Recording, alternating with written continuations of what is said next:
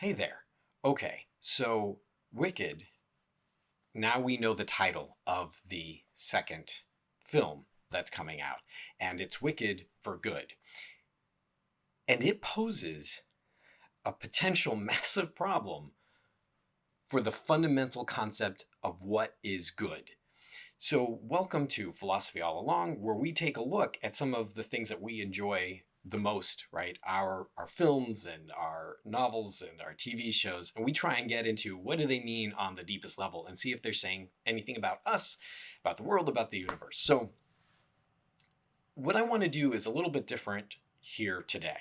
I want to invite you to actually answer the question that I'm going to be asking here in the comments, and then if you do so, I will try to respond in a short and tag you in the description, and we'll have a little bit of conversation in that way because I'm very curious because many of you out there know the lore of Wicked way better than I do. Now, we do want to be cautious about maybe kind of avoiding spoilers for some people who do not know how it's going to go, but I think we also have a little bit more freedom because obviously the musical is very, very different from the novel, but the novel is a welcome source of information. But also, there's already significant differences between the film and um, the musical, and so that might really free us up because my intuition is that the second film is going to deviate, I hope, in some very important ways. And if I have a brief moment, I'll touch on that as well. All right, so please do comment with your answer to this question because I'm going to be asking you simply this. Do you think that Wicked for Good means wicked for good or wicked for good? I.e., this title could just be a gesture towards a song, cute, fun, okay, whatever, move on with your lives. I don't like that. Even if that is just what it is, I don't think that usually, script writers and all of these people who spend most of them have English degrees, just kind of like don't think about the ways that the words that they use can be plays on words, puns, have deeper literary meanings, so on and so forth. So you, I'm sure, already know that wicked for good can either mean something along the lines of you are being wicked for good, wicked, but for good's sake, or wicked permanently. I am wicked for good. Now, what's great about that, though, is it leads us to this immediate conversation about one of the deepest philosophical problems out there. Now, I know that one of the things that we do not like about philosophers is that they tend to take things that seem really obvious and make them tough. But for good gosh darn reason, and simply this look at what is good. What does good mean? Now, I'm sure everyone out there is like, well, obviously, everyone knows what good is. It's good. It's when you do good things. It's the good. It's the capital G good. But any good philosopher or 4-year-old is going to be like, yeah, but what does that mean? Because if you look worldwide, you get many different answers in terms of like what is right and wrong and under what circumstances. And then our answer has to be, well, they're just wrong and they're just stupid. And I guess they just all grew up in a culture that was thoughtlessly ignoring the obvious good. But then think about like even just within your own community or your own family, that there's often very different perspectives on like what a good action is or something that they think is moral or immoral, and maybe what you think of as moral is immoral. And is the answer always just going to be, well, they're stupid, they didn't think it out? Obviously, the good is obvious. You start to worry, well, is it just a matter of like whatever people are kind of raised around, they go with? Now, to bring it back to Wicked, what we have here is a character who is now, we're told, right? Morrible has gone out there and said she's wicked. So we already have a clear commentary on that the idea of wickedness and goodness is often manipulated by those in power, and they use it to kind of gesture towards whatever it is that they actually want, and that can affect an entire society. Without giving a spoiler away, there's things we already know from the Wizard of Oz, like from the perspective of the people, right? Her death is an excellent thing. In fact, we already see that at the beginning of Wicked, right? That there's all these people celebrating her death. So clearly, Morrible's ploy is going to work.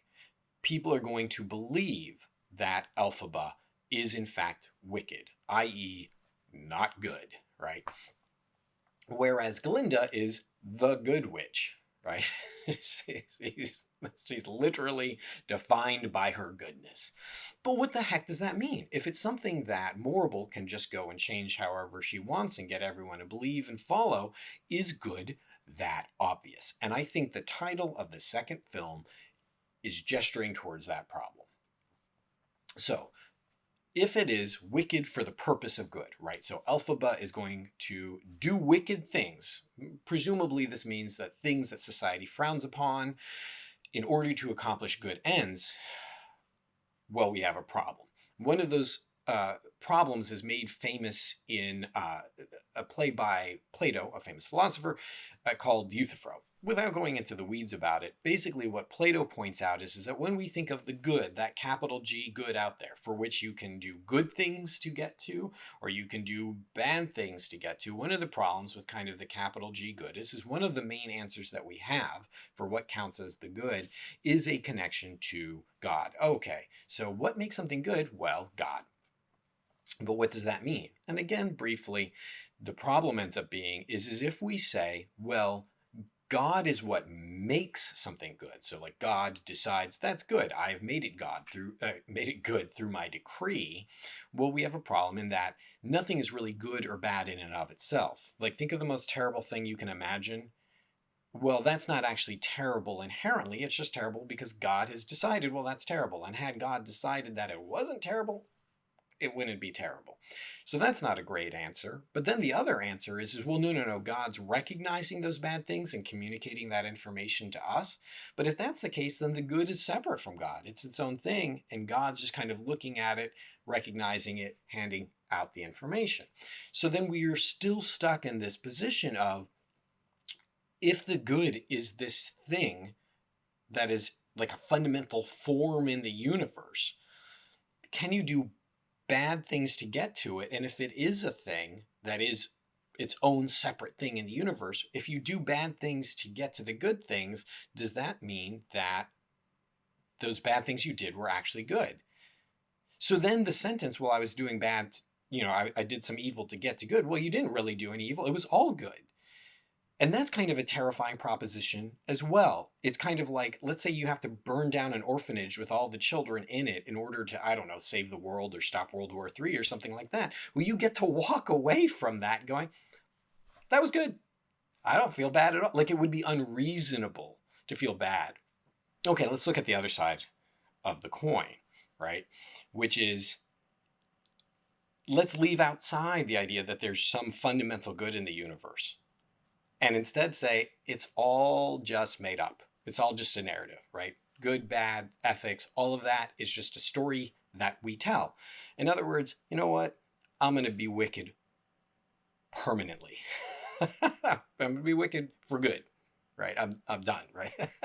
And so, because the weird thing about that is again, to this problem of can people even psychologically go, you know what, I'm just choosing evil? Because one of the weird things about like when you look at like children's cartoons and and I think like in the original, like in the film Wizard of Oz, Wicked of Oz, that's the next one. Okay, so the Wizard of Oz, right? There's this clear idea that like there's the people who know they're good and that there's people who know that they're evil, and in so doing, that they've kind of you notice in these children's narratives, the bad guys will be like, for evil to succeed, like, well, but it doesn't really make sense for people to think of what they're doing as evil. That they think of what they're doing as right, maybe for them or right for their people, right? So that's a really important realization that we have in engaging others. Like we tend to look at other people like, well, you know what you're doing is evil. You're doing it on purpose. You're doing it for evil means.